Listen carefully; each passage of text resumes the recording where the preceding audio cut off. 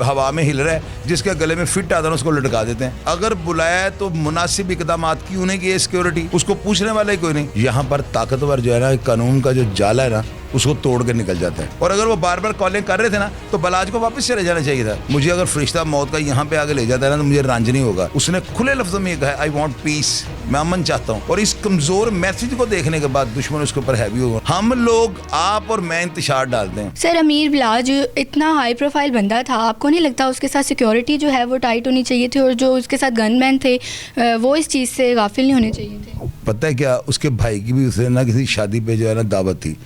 اس کے بھائی نے اس کو کہا کہ رائفلیں اور گن مین تم لے جاؤ. بلاج نے اپنے بھائی کو مصب کو یہ جواب دیا ہے کہ آپ لوگ مجھے وہاں پہ بدماش شو کرنا چاہتے ہو. یہ میں یوں کہوں گا کہ یہ قدرت کی طرف سے جو تھا نا سب کچھ ہو رہا تھا.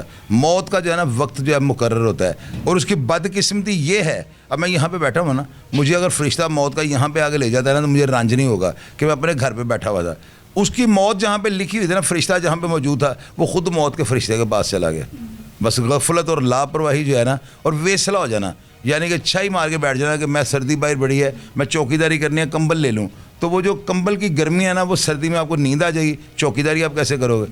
وہ ویسلا ہونا اس کو کہتے ہیں. تو اس بیچارے کی جو شرافت تھی, اس کے جو اچھے بیانات تھے, یوٹیوب اور فیس بک پہ اس کے جو پروگرام اپلوڈ ہوئے ہیں, فرق شہباز بڑا جنہیں اردو پوائنٹ میں پروگرام کیا ہے, اس نے کھلے لفظوں میں یہ کہا آئی وانٹ پیس, میں امن چاہتا ہوں. تو بس اس کا یہ پیغام جو تھا نا کمزور میسیج ہے, اور اس کمزور میسیج کو دیکھنے کے بعد دشمن اس کے اوپر ہیوی ہوگا. انہوں نے کمر سر ان لوگوں کے لیے کیا کہنا چاہیں گے جنہوں نے ان کو شادی پہ بلایا اور انہوں نے کوئی سیکورٹی کا بندوبست نہیں کیا؟ میں اگر ہوتا نا, میں اب مجھے سوال ایسے کریں نا کہ بھئی اگر آپ پولیس افسر ہوتے, بینگ اے پولیس آفیسر, آپ کیا کرتے؟ میں سب سے پہلے ان تمام گھر والوں کو انٹیروگیٹ کرتا کہ آپ نے اس کو بلوایا کیوں ہے. اگر بلایا ہے تو مناسب اقدامات کیوں نہیں کیے سیکورٹی, کیوں وہ بندہ 4 دفعہ اندر باہر انٹر ایگزٹ ہو گیا ہے, اس کو پوچھنے والا ہی کوئی نہیں. تو یہ ذمہ داری ان لوگوں کی تھی جو پلوانوں کو گھر بلا تو لیتے ہیں, سیکورٹی ان کو دیتے نہیں ہیں. یہ ذمہ داری ہے ان کی. بالکل. اب ان کے ساتھ کیا سلوک ہونا چاہیے, کیونکہ ڈی ایس پی کے بیٹے کی شادی تھی؟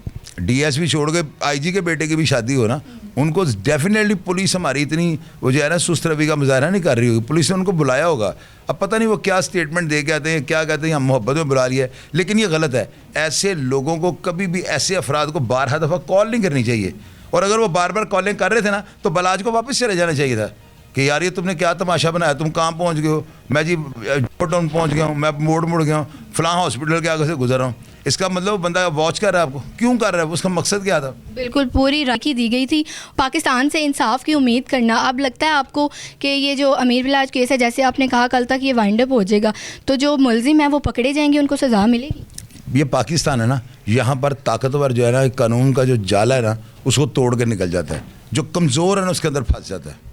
تو یہ پاکستان کے اندر جو ہے نا ہمیشہ سے میں نے یہی دیکھا ہے, لا قانونیت ہونے کی وجہ سے عدالتوں میں جو ہے نا پھانسی ہونے والے بندے, ان کو ہیومن رائٹس والے نے لٹکانے سے روک دیا ہے.